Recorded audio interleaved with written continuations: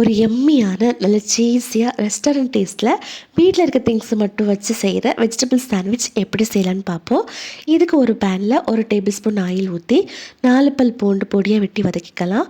பூண்டு லைட்டாக colour change ஆனதும் ஒரு ஸ்மால் சைஸ் பெரிய வெங்காயம் சேர்த்து லைட்டாக வதக்கிக்கணும். இது கூட பொடியை நறுக்கின கேப்சிகம், நான் ரெட் கலர் க்ரீன் கலர் எடுத்துக்கிறேன்.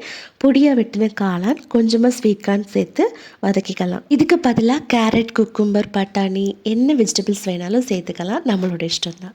தேவையான அளவு உப்பு போட்டு ஒரு 5 மினிட்ஸ் குக் பண்ணிடலாம். வெஜிடபிள் ரெடி ஆயிடுச்சு. இனி சாண்ட்விச் செஞ்சிடலாம்.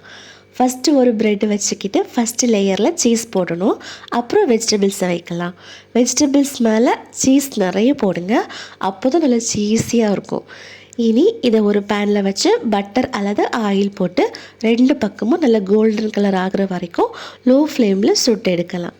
அவ்வளோதான், எம்மியான நல்ல ஸ்பைடர்மேன் வலை விடுற மாதிரி கலர்ஃபுல்லாக டக்கரான vegetable sandwich ready. Breakfast, evening snack, school lunch, ஏன் டின்னராக கூட செஞ்சு சாப்பிடுங்க. Best recipe all time. இந்த மாதிரி எம்மியான ரெசிபீஸ்க்கு நம்ம சேனலை சப்ஸ்கிரைப் பண்ணி வச்சுக்கோங்க. உங்கள் ஃப்ரெண்ட்ஸ் அண்ட் ஃபேமிலிக்கு ஷேர் பண்ணுங்கள். Take care.